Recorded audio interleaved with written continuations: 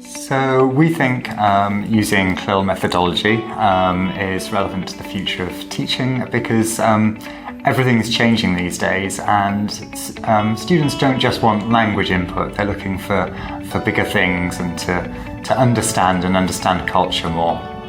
Yeah, I agree, and I think, as the world is becoming ever more multicultural and multiliterate with technology, teaching CLIL and teaching that to young learners, I think, is really important.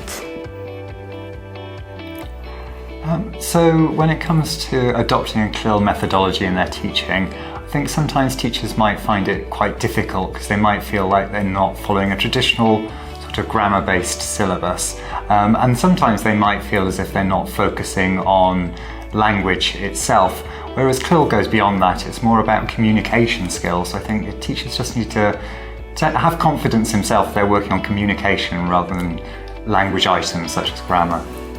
Yeah, and I think a real challenge could be finding texts and being able to adapt them in such a way that young learners can not only just access them but engage with them and want to transform them for themselves. I think if people are inspired by a talk and just wanted to put things in practice, they should just go for it and not worry too much about making mistakes, not worry too much about the theory maybe to start with, and maybe just start with just a few activities if they feel more comfortable in that rather than sort of diving into the deep end. Yeah, and I think with anything new in life, just little and often. There are a couple of great books out there which people can read. April, what are the names of the books? So COIL is a big name in the CLIL field, and that book, just entitled CLIL, gives you really all the theory that you'd need. And there are lots of books entitled CLIL resources or CLIL activities which give you photocopyable handouts that you can use in class. So they're a good starting point.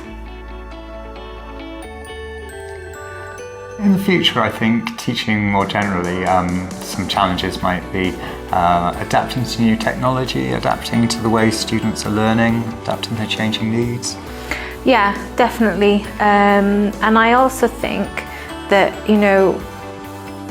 why students maybe need English, that might change in the future as well. And so, I think it's important to remember that there are far more non-native speakers of English than native speakers these days. And so maybe, it's not English, but Englishes that teachers need to consider. Yeah.